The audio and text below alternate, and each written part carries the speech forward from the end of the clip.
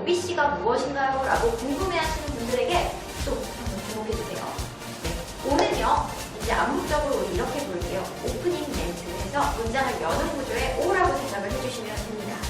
그리고 B는요, 문장의 몸통이 되는 body라고 해서요, B라고 붙였습니다. 아마 이 B의 가장 좋은 내용들, 그리고 그 본인을 소개할 내용들이 나오겠지요. 마지막으로 C는요, 문장을 닫는 클로징 멘트의 C입니다. 문장을 닫는다고 했습니다. 그렇다면 어떤 내용이 들어가면 좋을까요? 궁금하시죠? 그럼 끝까지 이어서 시청해주세요. 그렇다면 이제 body로 넘어가 볼 텐데요.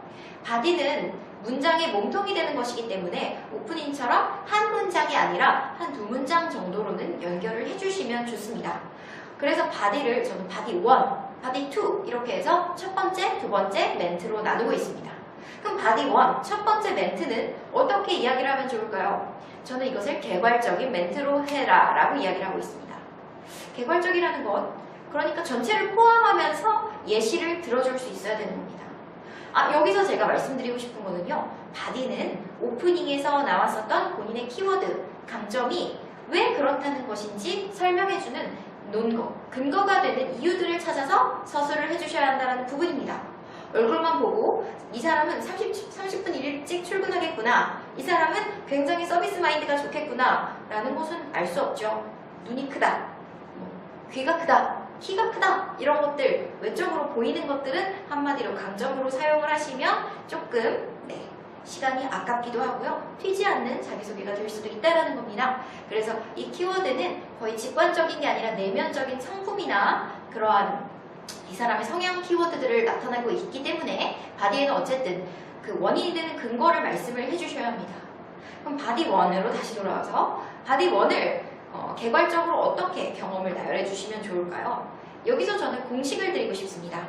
첫 번째로는 어떤 것들을 했던 연한, 그래서 내가 뭐 어디서 일을 했다면 몇 년간, 몇 개월간, 그리고 뭐 횟수라면 뭐 몇 회 정도, 아니면 뭐 몇 박 며칠 어디로 갔다 왔다라면 뭐 12박 13일 뭐 이런 식으로 그런 기간이나 구체적 연한을 앞에 붙여주시고요. 그 다음에는 소속 단체명을 붙여주시면 좋습니다.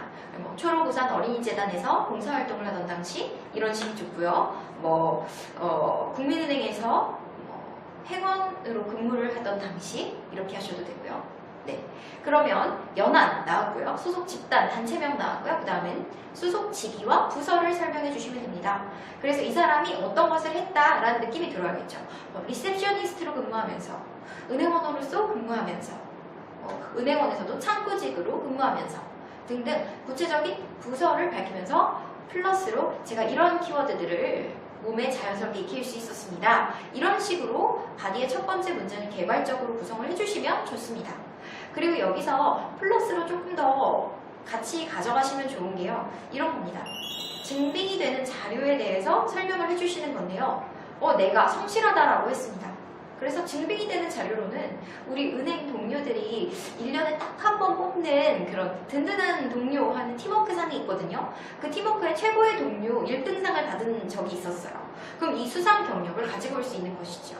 그렇다면 여기서 이 증빙 자료는 항상 좀 뭔가 서류화되거나 내가 어떤 상을 받았거나 칭찬 레터를 받았거나 어디서 공인으로 인증을 해주는 그런 자료들을 넣는 것이 중요합니다. 여기서 증빙이 안 되는 자료는 무엇이 있을까요? 우리 엄마가 나 이쁘대, 내 남친이 나 너무 착하대, 이런 거는 믿어주지 않겠지요. 기업 면접입니다, 여러분. 초등학교 면접이 아니죠. 그렇죠? 그래서 여러분들은 항상 20대 이후에 어떠한 집단이나 뭐 대학도 좋습니다. 소속에서 나를 인정할 수 있는 만한 그런 것들을 받았다. 이 증빙 자료가 있다라면 사실 조금 더 돋보이는 자기소개가 완성이 될 수 있습니다. 그렇다면 이거 제가 말 길게 했으니까 하나로 정리해 볼게요. body 1 멘트 개괄적으로 하셔야 되고요. 그 공식은 연한 플러스 소속 단체명 플러스 소속 부서와 직위 플러스로 있으면 더 좋아요는 무엇이 있을까요? 증빙 자료까지 있으면 좋다라는 것까지 말씀을 드리도록 하겠습니다. 그럼 body 2 문장으로 넘어가 볼 텐데요. body 1 멘트에서는 좀 개괄적으로, 포괄적으로 좀 크게 말을 하라고 했었고요. body 2 멘트는 조금 더 국수적으로, 국지적으로 조금 더 세부적으로 들어가야 됩니다. 세부적인 예시. 그래서 저는 여기다가 이렇게 말을 합니다. 하나만 들어도 열을 알 것 같은 에피소드를 집어넣으면 참 좋습니다. 좋습니다. 만약 나는 진심으로 고객의 입장에서 역지사지로 고객의 마음을 판단하고 내가 고객의 가족 같은 마음으로 실천하겠다 말 다 좋아요. 장황하고 좋습니다. 하지만 그것을 어떻게 믿을 수 있을까요?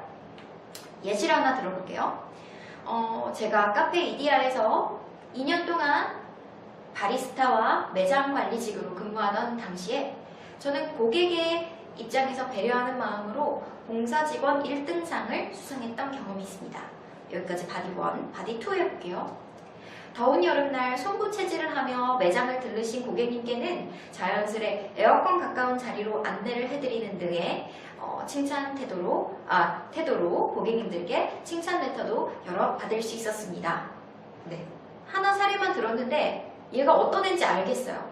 손부채질을 하니까 에어컨 시원한 자리로 가져다 드렸다. 이런 것도 괜찮죠?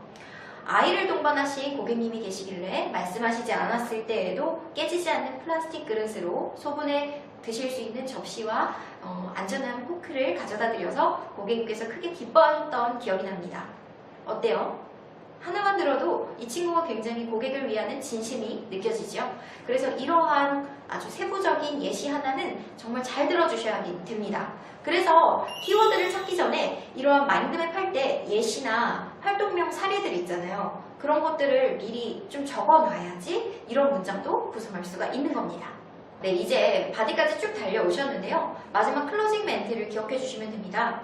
클로징은요, 문장의 마무리, 맺음말을 하는 도구로 사용을 하는데요. 그래서 클로징을 맺지 않고 시간이 부족하다고 해서 바디에서 끝내버리면요, 이 친구가 말을 지금 끝낸 건가? 내가 이어서 다른 질문을 해도 되는 건가? 라는 혼란을 주게 되고요. 말이 짜임새 있게 딱딱 들어맞지 않게 됩니다. 그렇다면 클로징도 짧지만 강렬하게 또 해주셔야겠지요. 어떤 것이 가장 좋을까요? 네, 여러분들이 알고 계신 입사원 포부가 아무래도 가장 좋을 것 같습니다. 입사원 포부 같은 경우는 구체적으로 어떤 부분에서 당신들이 나를 이렇게 써먹을 수 있습니다 라고 이야기를 하면 되는 겁니다. 내가 아까 고객의 입장에서 배려하는 이런 내용으로 이디야 커피에 다녔었던 아이의 사례를 여러분에게 말씀을 드렸지요. 그쵸? 그러면 이제는 클로징에서 항상 고객을 위한 마음으로 제가 담당하는 50명의 승객들이 말씀하지 않아도 제가 먼저 다가가서 필요한 것들을 전달할 수 있는 그런 승무원이 되겠습니다. 라는 입사 후에 자신의 그런 약속을 해주시면 되는 겁니다. 그런데 이런 구체적 포부 좋지만 포부가 사용이 안 될 때도 예외가 있습니다. 어떤 거냐면요. 자기소개를 하고 나서 그 다음에 또 질문을 이런 PR에 관련한 질문을 받았던 겁니다. 그러면 제가 아까 전에도 클로징 포부로 맺었는데 또 포부로 클로징을 맺는다고 하시면 어떻게 될까요?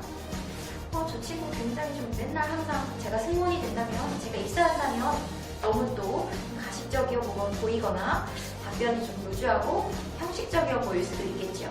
이럴 때 간단하게 소감 코멘트 정도로 남겨주셔도 됩니다. 소감 코멘트는 어떤 걸까요? 짧게 진짜 네이버에 한 줄평 쓰듯이, 구매 댓글 쓰듯이 제가 이러한 경험을 통해서 고객에게 한 걸음 더 다가가는 것이 무엇이라는 걸 배울 수 있었던 2년 동안이었습니다. 이렇게 말씀을 하셔도 된다는 겁니다. 그래서 조금 더 부드럽게, 사람이 평가하는 면접이니까요. 조금 더 사람답게 이야기해 주시면 됩니다.